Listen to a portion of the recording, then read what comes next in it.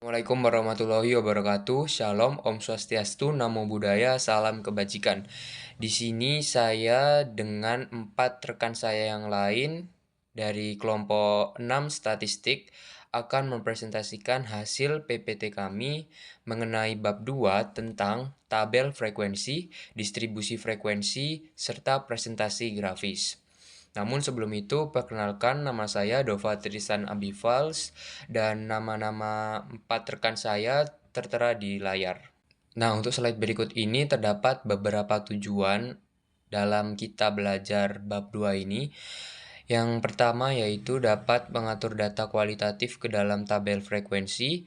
Yang kedua, diharapkan kita dapat menyajikan tabel frekuensi sebagai diagram batang atau diagram lingkaran. Selanjutnya, kita dapat mengatur kuantitatif ke dalam distribusi frekuensi. Dan yang terakhir, diharapkan kita dapat menyajikan distribusi frekuensi untuk data kuantitatif menggunakan histogram, poligon frekuensi, dan poligon frekuensi kumulatif. Selanjutnya kita akan membahas tentang diagram batang. Apa sih itu diagram batang sendiri? Jadi, diagram batang adalah grafik yang menampilkan kelas pada sumbu horizontal dan frekuensi pada sumbu vertikal. Tinggi batang menunjukkan besarnya frekuensi. Biasanya digunakan untuk data kualitatif seperti jenis mobil, warna favorit, dan pilihan sebuah produk. Selanjutnya terdapat diagram lingkaran. Diagram lingkaran menunjukkan proporsi atau persentase tiap kelas terhadap keseluruhan data. Ini sangat efektif untuk menunjukkan komposisi, misalnya persentase pengeluaran rumah tangga seperti biaya transportasi, biaya makan sebulan atau 1 tahun, serta biaya pendidikan. Assalamualaikum warahmatullahi wabarakatuh. Perkenalkan, nama saya Seratun Novianti dari kelas 2025B dengan NIM 25080694038. Di sini saya akan menjelaskan slide ke-6 yaitu diagram lingkaran dengan Excel. Ini adalah contoh diagram lingkaran yang dibuat dengan Excel. Diagram lingkaran biasanya digunakan untuk melihat perbandingan antara kategori dalam satu keseluruhan. Misalnya kita bisa melihat berapa persen anggaran digunakan untuk gaji, pendidikan, kesehatan, dan lain-lain. Dengan Excel kita hanya perlu memasukkan data, lalu memilih menu Insert, Card, e-card, dan hasilnya data jadi lebih mudah dipahami karena divisualisasikan dalam bentuk gambar. Selanjutnya yaitu ada konsep distribusi frekuensi. Distribusi frekuensi ini berarti kita mengelompokkan data mentah ke dalam interval tertentu, lalu menghitung berapa banyak data yang masuk ke tiap kelompoknya.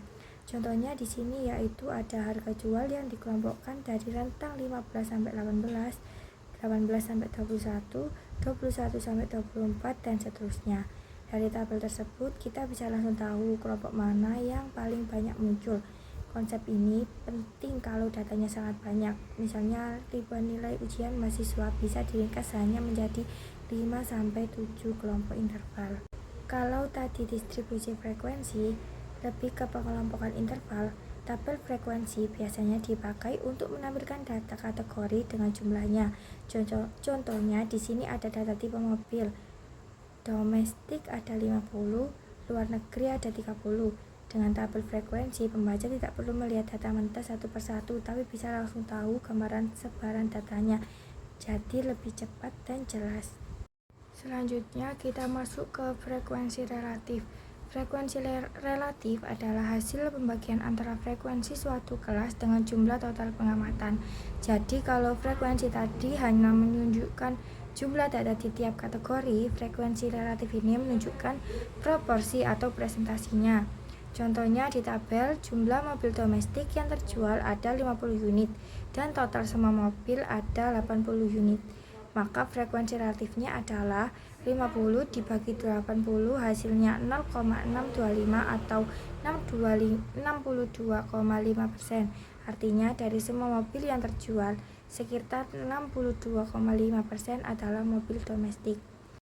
Sedangkan mobil luar negeri ada 30 unit dari 80 dari total 80 mobil, sehingga frekuensi relatifnya 0,375 atau 37,5%. Kalau kita jumlahkan, hasil frekuensi relatif seluruh kategori pasti 1 atau 100%, karena 62,5% ditambah 37,5% yaitu hasilnya 100%. Dengan cara ini kita bisa lebih mudah melihat perbandingan antar kelompok dalam bentuk proporsi, bukan hanya angka mentah. Perkenalkan, nama saya Nadia Azhar Khalifi dengan NIM 25080694095 akan mempresentasikan PPT bab 2. Di sini saya akan menjelaskan distribusi frekuensi. Pertama, ada titik tengah kelas, yakni titik yang membagi kelas menjadi dua bagian sama besar. Ini diperoleh dari rata-rata batas atas dan batas bawah kelas. Yang kedua, ada frekuensi, yakni jumlah pengamatan dalam satu kelas. Yang ketiga, ada interval kelas. Interval kelas diperoleh dari pengurangan batas bawah suatu kelas dengan batas bawah kelas berikutnya. Selanjutnya ada contoh tabel distribusi frekuensi. Tabel di sebelah kanan saya melaporkan harga 80 kendaraan yang terjual bulan lalu di Widner Autoplex. Sekarang bagaimana sih cara membuat tabel frekuensi? Langkah pertama adalah tentukan jumlah kelas. Jumlah kelas disimbolkan dengan huruf K. Rumusnya yaitu 2 pangkat K. Akan tetapi 2 pangkat K harus lebih besar dari N.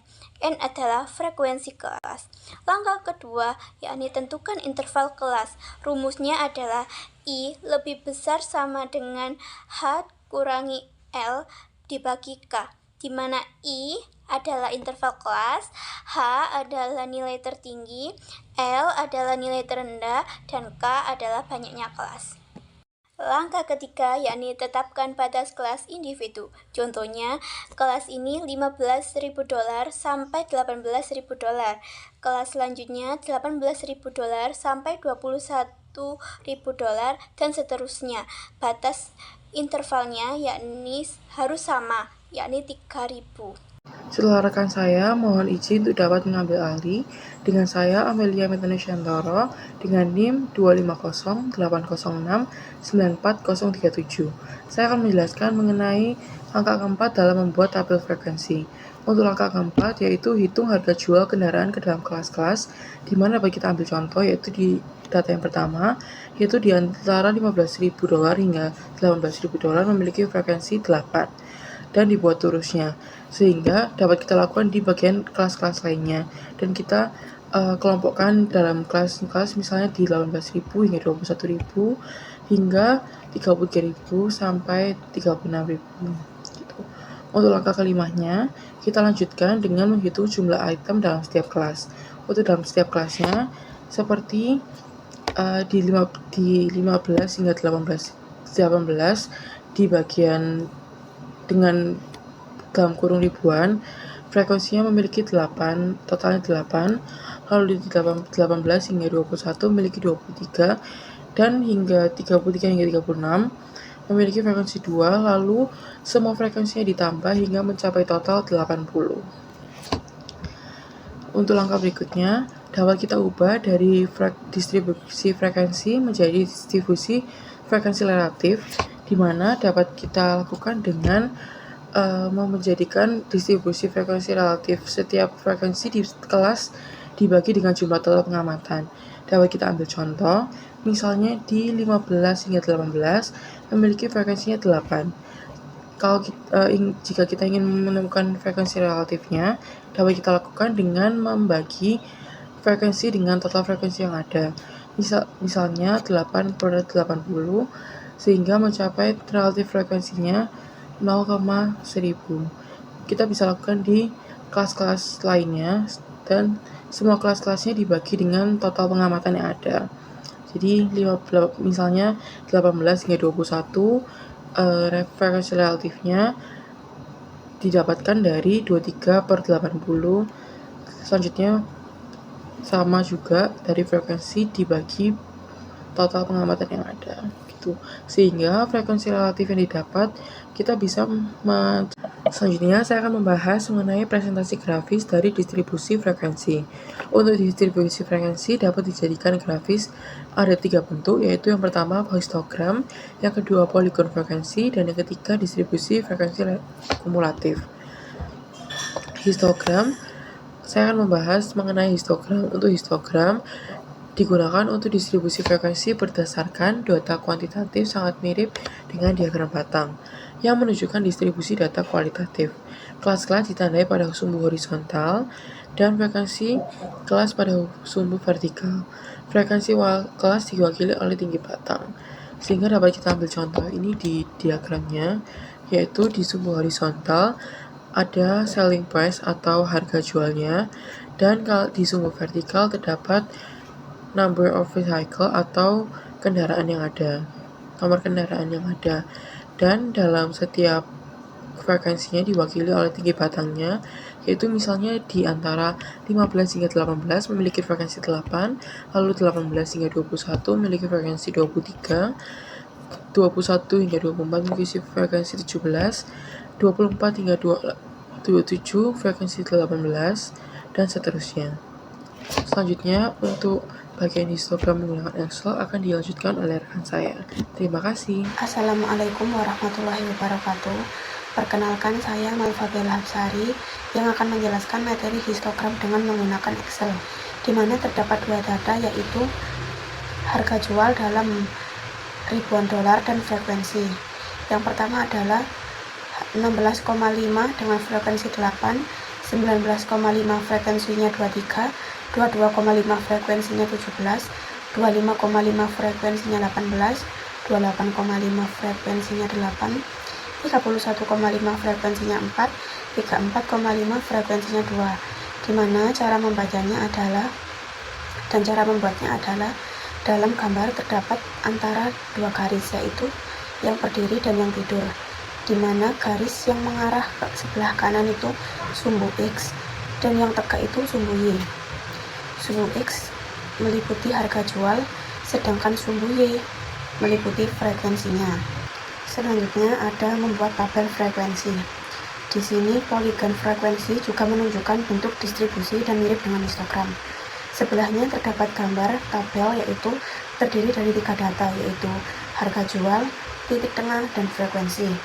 Lalu gambar yang bawahnya itu merupakan segmen garis yang menghubungkan titik-titik yang dibentuk oleh perpotongan titik tengah kelas dan frekuensi kelas, di mana sumbu X terdapat harga jual, sedangkan sumbu Y terdapat frekuensi.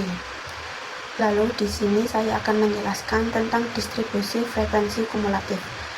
Di situ terdapat tabel yang berisi harga jual, frekuensi kumulatif, dan cara menghitung frekuensi kumulatif. Contohnya ada di situ, di tabel yang tengah terdapat kolom frekuensi. Terdapat angka 8 dan 23. Di mana 8 tambah 23 adalah 31.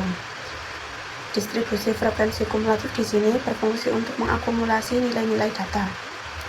Lalu selanjutnya terdapat gambar seperti bagan, di mana cara membacanya adalah jika harga jual kendaraan adalah sekitar 27.000 dolar, maka jumlah kendaraan terjual sekitar 65 unit atau persentase kendaraan yang terjual sekitar 70%. Sekian dari saya. Wassalamualaikum warahmatullahi wabarakatuh.